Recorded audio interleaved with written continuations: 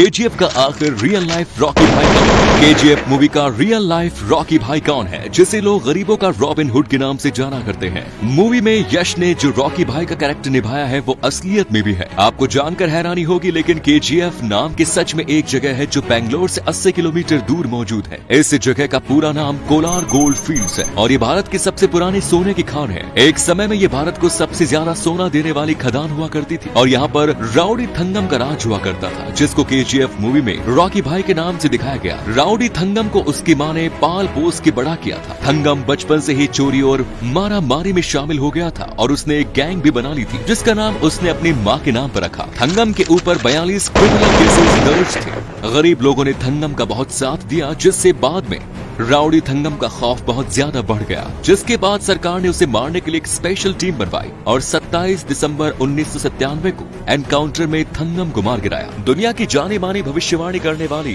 बाबा Venga ने भविष्यवाणी की थी कि 2022 में एक एलियन अटैक भी हो सकता है। उन्होंने अमेरिका में 9/11 हमले से लेकर सुनामी तक की भविष्यवाणी की थी, जो बिल्कुल सच साबित हुई। उन्होंने खुद अपनी मौत की सटीक भविष्यवाणी कर ली थी। बाबा वेंगा ने चौंकाने वाली भविष्यवाणी की थी कि साल 2022 में कोरोना से भी खतरनाक वायरस आएगा। वैज्ञानिक इस वायरस को साइबेरिया में ढूंढ निकालेंगे, जो अभी तक बर्फ में जमा हुआ था। इसके साथ ही उन्होंने कहा कि साल 2022 में धरती पर एलियन अटैक कर सकते हैं। एलियंस पृथ्वी पर जीवन की तलाश के लिए ओमुआमुआ नाम के एस्टेरॉइड को भेजेंगे और फिर सभी इंसानों को मारने के बाद एलियंस धरती पर कब्जा कर लेंगे।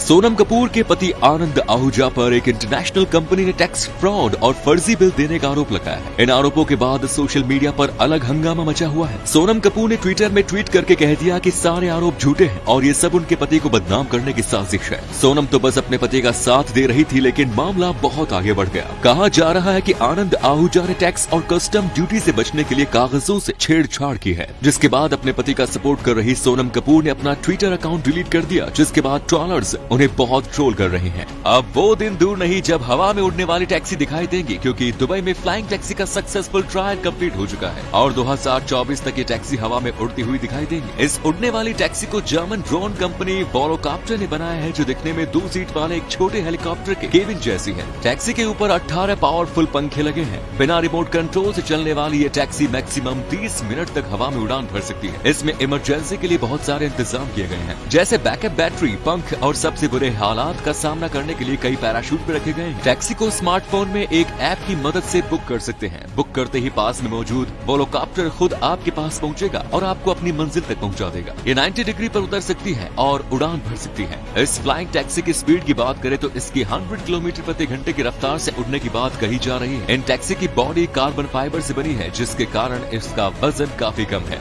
एलॉन मस्क से ज्यादा पैसा इस दुनिया में किसके पास ही होगा, लेकिन फिर भी उन्होंने अपने सारे घर बेच डाले हैं और अब वो एक बहुत छोटे से घर में रह रहे हैं और वो भी किराए का घर है। बात वाकई में हैरान कर देने वाली है, पर आखिर उन्होंने ऐसा क्यों किया? ये सब उन्होंने मिशन मार्स के लिए किया था। इस मिशन के तहत वो इंसानों को मार्स में ले जाना चाहते हैं। इस विजन को पूरा करने के लिए मस्क ने 2002 में स्पेस एक्स कंपनी बनाई थी। मार्स पर जाने के लिए स्पेस एक्स एक धांसू रॉकेट बना रही है, जिसका नाम है स्टारशिप। स्टारशिप बनाने के लिए स्पेस एक्स ने अमेरिका में एक खास जगह फिक्स कर रखी है, जिस जगह का नाम है स्टार बेस। इसी स्टार बेस के अंदर ही मस्क का छोटा सा नया घर है। एलॉन मस्क काम को लेकर अपनी सनक के लिए जाने जाते हैं। एलॉन मस्क ने अपने काम पर फोकस करने के लिए बाकी सारे घर बेचकर यहाँ पर खरीद लिए। उनका ये घर $50,000 का है। ये एक फोल्डेबल घर है। फोल्ड करने के बाद ये इतना छोटा हो जाता है कि इसे कार या ट्रक की मदद से खींचकर कहीं भी ले जाया जा सकता है। चाइना के गुइझोउ गांव में एक ऐसा पहाड़ है जो अंडे देता है। इस पहाड़ को चीन में चंदन या के नाम से जानते हैं। हिंदी में इसका मतलब होता है अंडा देने वाला पहाड़। 50 करोड़ साल पुराना ये पहाड़ काले रंग का है और इससे हर 30 साल में कई काले पत्थर गिरते हैं, जो बिल्कुल अंडे जैसे दिखाई देते हैं। पहले ये अंडे पहाड़ के ऊपर दिखाई देते हैं और फिर कुछ समय के बाद नीचे गिर जाते हैं। लोगों में इन अंडों को घर ले जाने के लिए मारामारी रहती है। चीनी लोगों के मुताबिक ये अंडे खुशी का प्रतीक है। इस पहाड़ ने बड़े बड़े साइंटिस्ट्स का दिमाग हिलाकर रख दिया। अभी तक कई एक्सपेरिमेंट्स किए गए और किए भी जा रहे हैं, लेकिन आज तक कोई भी वैज्ञानिक इस रहस्य को सुलझा नहीं पाया कि आखिर इस पहाड़ से अंडे जैसे पत्थर कैसे निकलते हैं।